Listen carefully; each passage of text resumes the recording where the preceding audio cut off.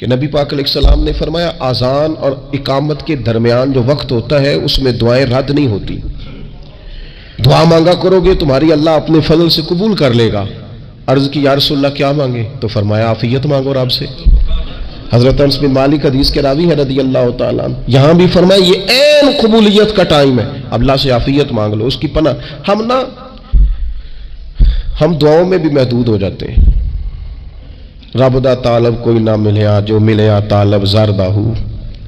دعاؤں میں بھی حد بندی. ایک بزرگ تھے ہر وقت اللہ سے عافیت مانگتے تھے، ہر وقت اللہ سے عافیت مانگتے تھے، ہر وقت عافیت مانگتے تھے. لوگوں نے پوچھا، لوگ ان کو صالح جانتے تھے، نیک سمجھتے تھے کہ حضور آپ اور کوئی دعا مانگتے نہیں، عافیت ہی مانگتے ہیں. فرمانے لگے میں مانگا کرتا تھا شروع میں، بعد میں خیال آیا اور بھی دعائیں مانگا کرتا تھا، یہ احساس بعد میں نصیب ہوا. فرماتے میں مزدوری کرتا تھا، مال برداری کرتا تھا، ایک جگہ پہ ڈیوٹی کر رہا تھا تو تھک گیا، اور وہ جو کام لینے والے لوگ تھے ان کا رویہ بھی بڑا ترش تھا، تکلیف ہوئی. تو میں نے اپنے مالک کی بارگاہ میں عرض کی مالک اگر 2 روٹی بغیر مجھے مشقت کے مل جائے دن میں تو تیری بارگاہ تو بڑی کریم ہے. کہتے میں نے یہ دعا مانگ لی.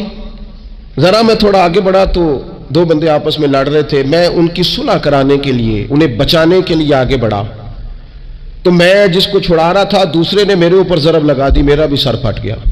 تھوڑی دیر کے بعد وہاں پولیس آ گئی، وہ تینوں کو لڑنے والا سمجھ کے اٹھا کے لے گئے، مجھے جیل ہو گئی. 2 روٹیاں بغیر مشقت کے روز ملنی شروع ہو گئی. دعا مانگی تھی نا کہ یا اللہ 2 روٹیاں مل جائے نا بغیر مشقت کے. کہتے ہیں وہ 2 روٹیاں روز ملتی، کوئی کام نہیں کرنا پڑتا تھا، پر جیل ہو گئی. فرماتے میں بڑا پریشان تھا، روز روٹیاں پابندی سے آتی اور بہترین آتی، کھانا ملتا. پھر کچھ عرصے کے بعد میں نے سوچا کہ یار یہ دعا تو قبول ہو گئی نا تیری، اب تو اگر اس پر کوئی الگ بات کرے گا تو وہ تو غلط کرے گا. کہتے پھر خود ہی میرے دل میں اللہ نے بات ڈالی اور میں نے عرض کی مالک 2 روٹیاں نہیں، مجھے تو عافیت چاہیے، مجھے تو عافیت دے، میرے اوپر تو کرم فرما، تو نظر رحمت کر، جے ایک قطرہ بخشے مینوں، جے ایک قطرہ بخشے مینوں تے کم بن جاندا ہی میرا، مہربانی کر عافیت عطا کر. فرماتے پھر خدا نے کرم کیا، کہاں سے اسباب بنے میرے جیل سے چھوٹنے کے، کون کون میرے ضمانتی بنے اللہ ہی جانتا ہے. فرماتے ہیں دروازے بھی کھل گئے، رزق بھی ملتا ہے، صحت بھی میسر ہے، سجدہ بھی کر لیتا ہوں، سویرے تلاوت بھی کرتا ہوں، شام کو مدینے والے کی بارگاہ میں راج کے درود و سلام بھی عرض کرتا ہوں، میں ممکن ہوتا ہے تو کسی غریب کی داد رسی بھی کرتا ہوں. اب سمجھ آئی ہے ربنا آتنا فی الدنیا حسنۃ وفی الآخرۃ حسنۃ وقنا عذاب النار. اب سمجھ آئی ہے رب سے جب بھی مانگنا ہے عافیت ہی مانگنی ہے، اس سے کرم مانگ. ہم نے محدود دعائیں رکھی ہوئی ہیں، محدود. وہ جی فلانا کام میرا ہو جائے تو بھئی وہ ایک ہو گیا، اس کے بعد پھر نئی ٹینشن بن جائے گی. نہیں میں جی بچوں کی شادی کر لوں جی پھر میں فارغ ہوں. آپ شادی کر کے دیکھیں لاگو پتہ جائے گا کیسے فارغ ہوتے ہیں. آپ یہاں رکتے کیوں ہیں؟ آپ خدا سے عافیت کیوں نہیں طلب کرتے؟ اس کی بارگاہ سے وہ کیوں نہیں مانگتے کہ جو ایک قطرہ ملے تو دنیا اور آخرت کے سارے کام ہو جائے؟ اس سے اس کی رحمت کا سوال کرے، اس سے اس کے کرم کا سوال کرے.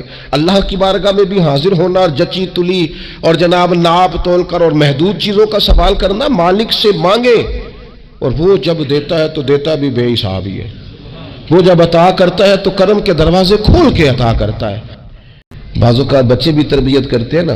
ایک مولانا ہے، ان کا خیال ہے کہ انہوں نے مجھ سے کچھ پڑھا ہے تو کبھی کبھی استاد جی کہہ دیتے ہیں، بہت پرانی بات ہے، انہوں نے مجھے فون کیا کہ اگر آپ کبھی تشریف لائیں تو میں نے کہا پتر دعا مانگ اللہ کو چھوٹی جی گڈی دے وے. تو اس بچے نے میری بڑی تربیت کی، کہنے لگا استاد جی اللہ کو لو منگنی ہے تو بڑی ساری منگو، آپ نے محدود کیوں کیا کہ بھئی یہ چھوٹی سی اللہ گاڑی کیوں اللہ چھوٹی دے، رب دے تو بڑی دے اور رحمت سے دے، اللہ سے مانگنی ہے نا جی.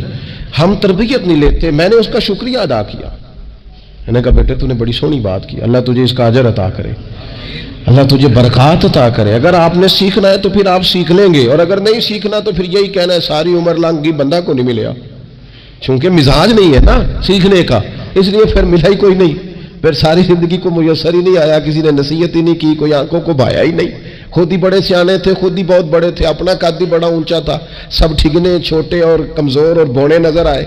ورنہ تو ایک الجھن سے انسان نکلتا ہے دوسری میں الجھ جاتا ہے، ایک گتھی کو سلجھاتا ہے. پھر اقبال رو پڑے تھے، کہنے لگے میں عقل کی گتھیاں سلجھا چکا ہوں، یا رب مجھے صاحب جنوں کر دے.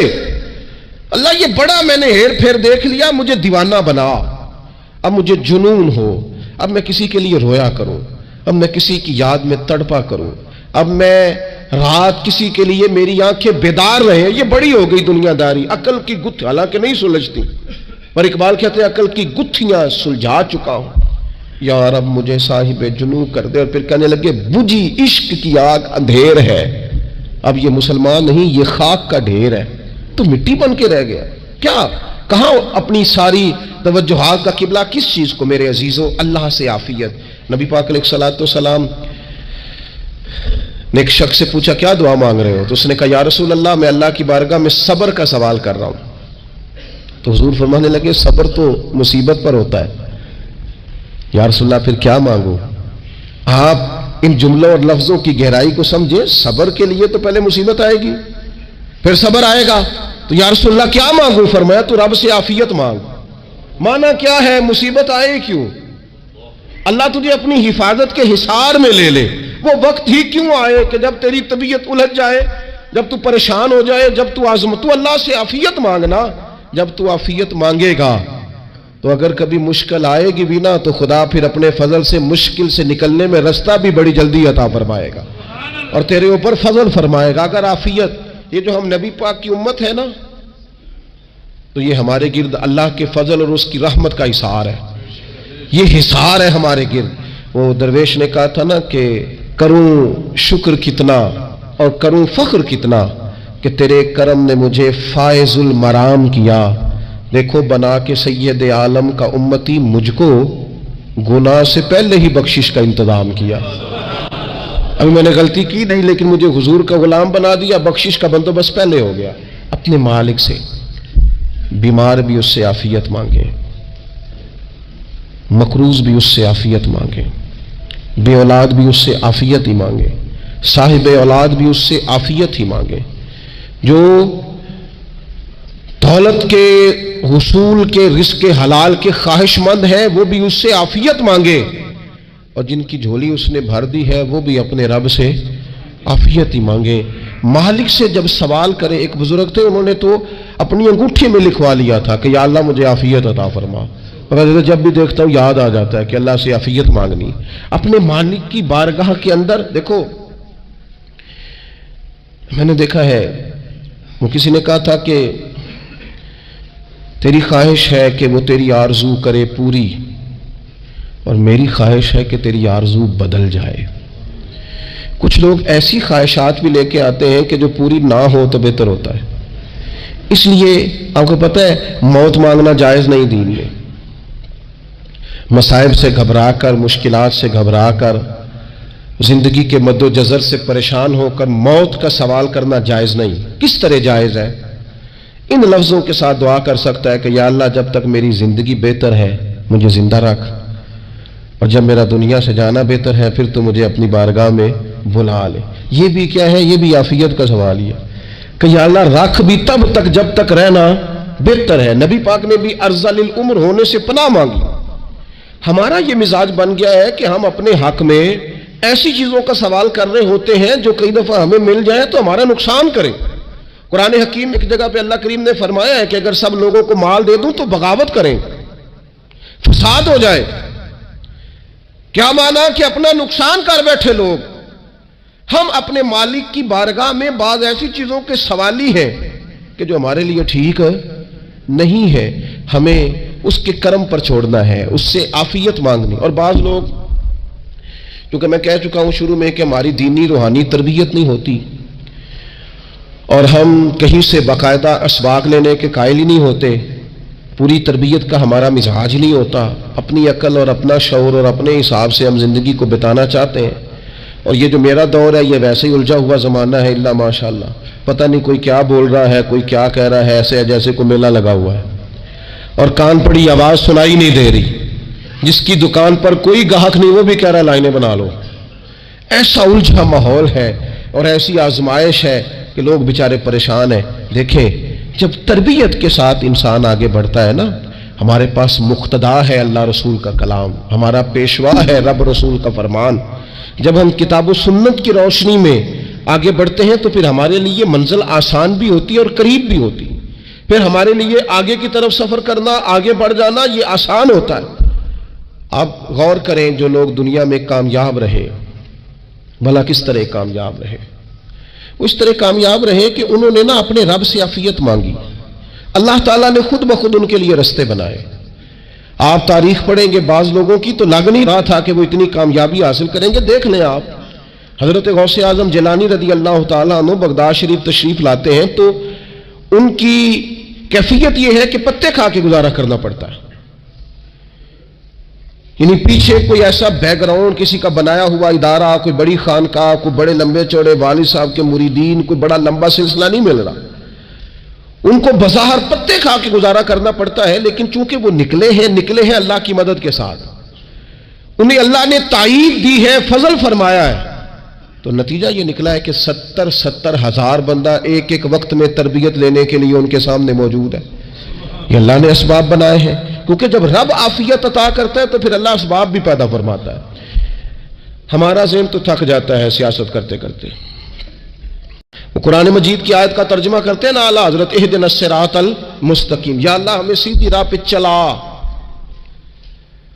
بہت سارے مفسرین نے کہا اے اللہ ہمیں سیدھا راستہ دکھا، فرماتے ہیں اے اللہ ہمیں سیدھی راہ پر چلا۔ تو کسی نے کہا حضور یہ چلا اور دکھا میں کیا فرق ہے؟ فرمانے لگے دکھانے کا مطلب یہ ہوتا ہے کہ کسی نے پوچھا میں نے گجرانوالہ جانا ہے، تو دکھانا یہ ہے کہ اسے کہا یہاں سے باہر نکلو، روڈ پہ چڑھ جاؤ، سیدھے جاؤ گے، ایک پول آئے گا اسے کراس کرنا، نیچے اترنا، وہاں سے شہر شروع ہو جائے گا۔ پھر اس نے اگر کوئی اندرونی جگہ شہر کی پوچھ لی تو اس کو کہا کہ رائٹ ہو جانا، پھر لیفٹ ہو جانا، پھر آگے کسی سے مزید۔ یہ ہے راستہ دکھانا، اور ایک ہے چلانا۔ اس نے کہا میں نے گجرانوالہ جانا ہے، تو اس نے کہا ساتھ بیٹھنا میری گاڑی پہ، جہاں تو نے جانا ہے میں چھوڑ کے آتا ہوں۔ یہ راستے پہ چلانا ہے، یہ مقام تفکر ہے، آپ اس پر غور فرمائیں گے۔ کہتے ہیں یا اللہ تو ہمیں راستہ دکھائے گا، اور دکھاتا ہے، لیکن چاروں جانب شیطان بھی تو بیٹھا ہے نا، فتنے بھی تو ہے نا، تو اگر تیری رحمت ساتھ رہے، مانا کہ محبت کے سفر میں ہر گام پہ 100 مشکل ہے، لیکن یہ سفر آسان بھی ہے اگر ساتھ تمہارا ہو جائے۔ اگر تو ساتھ چلے تو پھر یہ سفر مشکل ہے۔ وہ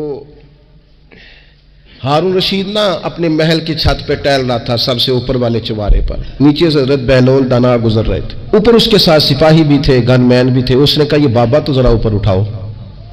انہوں نے ایک ڈولی، ایک ٹوکری سمجھ لیں، اس کو رسیاں باندھ کے نیچے پھینکا۔ نیچے جو سپاہی تھے ان کو کہا کہ یہ بابا جی کو پکڑ کے اس میں بٹھاؤ۔ انہوں نے جبرن تھاما بابا جی کو، اس میں ڈالا، اوپر والوں نے کھینچ لیا۔ 2-3 منٹ لگے۔ ہارون رشید کے سامنے حضرت بہلول دانا پہنچ گئے تو تھوڑے ناراض بھی ہوئے کہ یہ کوئی طریقہ تو نہیں نہ بلانے کا۔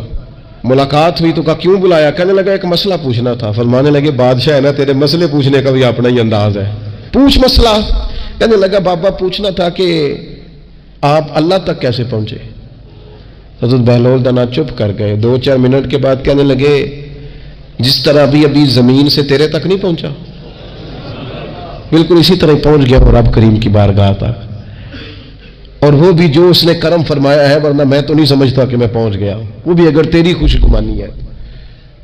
ہارون رشید کہنے لگا مجھے سمجھ نہیں آئی۔ فرمانے لگے تو بادشاہ جو ہے اتنی جلدی کیسے سمجھ میں آئے گی تجھے بات؟ فرمانے لگے اگر میں تجھ سے ملنا چاہتا نا تو میں ایک درخواست لکھتا، پھر کسی وزیر سے سفارشی سائن کراتا، پھر وہ جمع کراتا، پھر مجھے ٹائم ملتا کہ فلاں دن فلاں تاریخ فلاں ٹائم آ جانا، پھر آ کے میں لائن میں لگتا، پھر بھی تو بادشاہ ہے، تیرا موڈ بنتا ملنے کا کہ نہ بنتا۔ جب میں چاہتا تو پتہ نہیں کتنا ٹائم لگ جاتا، جب تو نے چاہا ہے نا تو 1 منٹ بھی نہیں لگا۔ فرمانے لگے میں نے دعویٰ ہی نہیں کیا کہ میں جد و جہد کر کے پہنچوں گا، میں نے تو رب کی بارگاہ میں عاجزی کی ہے، پھر رب نے ہی کرم فرمایا ہے، اسی نے مہربانی کی ہے۔ مانا کہ محبت کے سفر میں ہر گام پہ 100 مشکل ہے، لیکن یہ سفر آسان بھی ہے اگر ساتھ تمہارا ہو جائے۔ اس کے کرم کا ساتھ رہا ہے، اس سے عافیت مانگی ہے، اپنے آپ کو اس کے سپرد کیا ہے تو اس نے کرم کر دیا۔ جب تک یہ مزاج نہیں ہم بناتے کہ مالک سے عافیت کا سوال کریں، اپنے آپ کو اپنے رب کے حوالے کر دیں، اس کی رحمتوں کے سپرد کر دیں، اتنی دیر تک زندگی میں ٹھہراؤ نہیں آتا، قرار نہیں آتا۔